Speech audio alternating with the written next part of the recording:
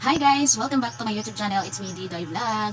So, for today's video guys ay ang isi-share ko po sa inyo ay tungkol po dito sa matagal ko na sinishare na tungkol dito sa lupa na kung saan ay matagal na kami pinapaalis. So, ang ano na ngayon, September na ngayon at malapit na din mag-October. So, matagal na rin ako nag-update na nagpo-post dito kung saan sinasabi ko doon na naghihintay na lang kami ng schedule kung kailan kami paalisin. So, paglipas ng mga panahon, paglipas ng mahabang panahon, mga ilang buwan ang lumipas. So, ito na ngayon ang update ko sa lupa. So, sa ngayon ay nandito pa rin kami sa lupa, dito sa bahay namin. Kumbaga, hindi pa po kami umalis, nandito pa rin kami dahil hindi pa rin sila nagbigay ng schedule dahil sa paulit-ulit na pagharap nila doon sa DAR hanggang napunta na sila sa regional na DAR at doon ay napag-usapan na napabayaran yung papa ko. So, ngayon ay hinihintay na lang namin na makabayad yung may-ari bago kami aalis. So, hanggang ngayon pa rin din ay hindi pa rin kami nakapagpatayo ng bahay doon sa nabiling lupa namin kasi kinulang po talaga kami ng budget.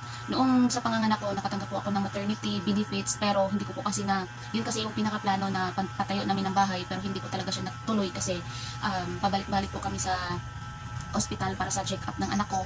Halos magdadalawang buwan siguro yun na pabalik-balik, 2 beses sa isang linggo kaya naubos yung mga pira-pira namin.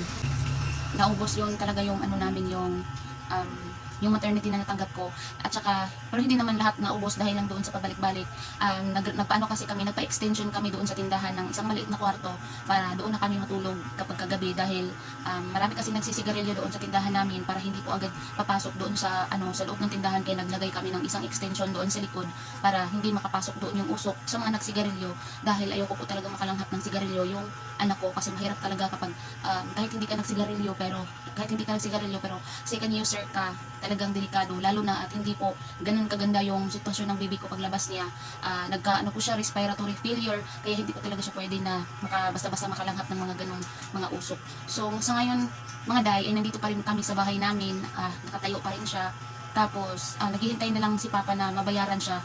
Bali naghihintay si Papa na pupunta dito yung hindi ko alam kung ang tawag pero sa pagkakaalam ko assessors siguro yun na sila yung magbibilang sa mga sa mga punong kahoy, punong niyog, lahat ng mga tanim ni Lolo. Pagkatapos nun, magdesisyon sila kung magkano sila yung magkwenta kung magkano yung ibabayad dapat. Tapos, yung may-ari dito sa lupa ay palagi siyang nasa ospital. Ngayon, kakalabas lang or hindi pa nakalabas. Palagi siya halos sa isang buwan, halos nasa ospital siya or halos sa isang buwan, halos 2 beses or ganyan. Basta palagi siya nasa ospital, siguro na-stress na siya and alam talaga namin na hindi niya kayang bayaran kasi sinabi na din talaga niya doon sa DAR na hindi niya kayang bayaran si Lolo or si Papa dahil nga walang-wala sila dahil kahirap-hirap na sila.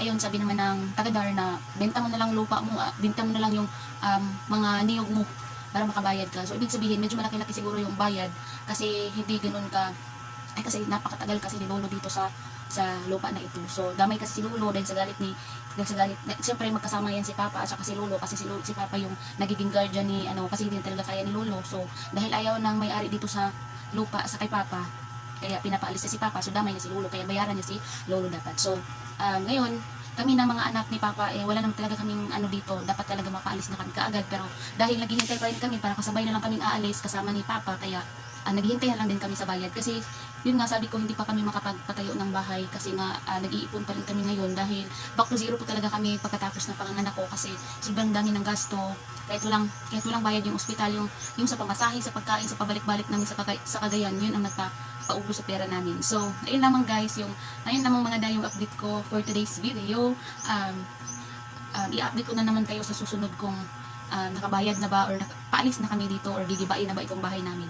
So ayan naman guys, maraming salamat sa panonood. Paalam.